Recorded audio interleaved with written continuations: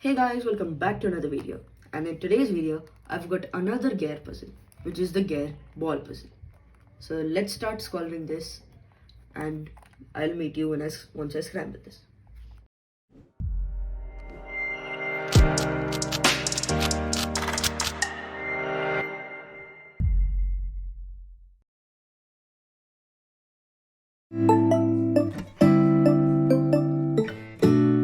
Okay, now I have the cube scrambled.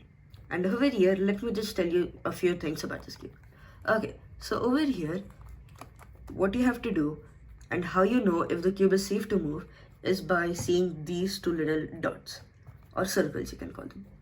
So if these two circles are matched up properly with this center, and so are these two centers or these two balls, that means that it's safe to move.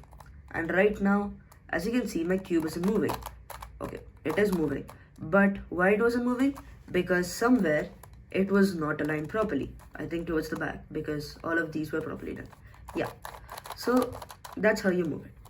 Another thing, when we are trying to solve this, there is a very easy method or a very easy thing you can solve it by, which is saying by pillars. So what I mean by pillars, if you take one side, like for suppose this one, and now I take this whole layer as a pillar. So this piece, and so is this piece. Why is it helpful? When I start the video, you will know it, which I'm going to start right now. So the first step to solve this gear ball puzzle is you have to do the white corners. Over here, there is a corner which has white, blue and orange here. And there's another corner which is below, which has white, blue and red. Now, what we have to do is we have to take it to a pillar which is behind the place we have to get it. Now you might say, what do you mean behind the place? So as you can see, in these two pieces, blue is common. So that means this piece has to come up over here. And what I mean by over here, it means that this piece has to orient properly and come up over here. Okay, now how do we do that? By the pillars method. So this is one pillar, this is one pillar, this is one pillar, and this is one pillar. Now this piece has to be on the back side of the opposite pillar. Now you might ask, what do you mean? So this piece, this is where it has to be, and the behind one, so that means the left back. This is where our piece is supposed to be right now. So let's actually get it behind, and then you might understand better. Now that it is on the opposite pillar of where it's supposed to be, we just put it up, and as you can see, they match up. Now if you use the same thing, well, yeah, that's how gear cubes work. Now we don't have to do that for every single corner, as if you solve two corners, the other two all anyway get solved. And over here you can see most of it is solved, even the below yellow ones. So we don't have to do anything special, and that's our step one complete.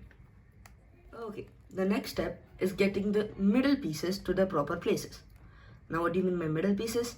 Is this X kind of pieces. So these pieces have to be proper where these two are. So over here you can see this orange, so we need an orange middle piece, which is right here. So let's get it. And as you can see, this is what we call a proper solved middle piece. Okay, so that's a step 2 done, which is a pretty small step if we didn't have these two. If we have these two, we just have to move them, which is also pretty easy. Okay, now the next step will be step 3, will be doing the edges. Now over here you can see that these two edges are done, but these two edges are not done. Why, you may ask? Because clearly you can see that there's yellow and it's not supposed to be. Now over here, if you try to move this layer again and again like you do in a normal gear cube, you can see if I move it once and get the white pieces, there's a yellow middle piece, which we don't want. So over here we have to use a algorithm, which will be, first we take the pieces which we want, like here, and then we do R dash, D dash, R, D, and then R. Now what that algorithm did was the two pieces which were below, which were actually supposed to be here. It just swapped them out, which was a pretty simple algorithm. Now the next step in this step 3 itself is to orient these also. So when you solve these, you also have to orient them. To orient them, we use the algorithm. Oh yeah, actually we don't need any algorithm here because we just need to remember these moves. So these two are not where it's supposed to be. So these two need to swap because this is red and this is, oh.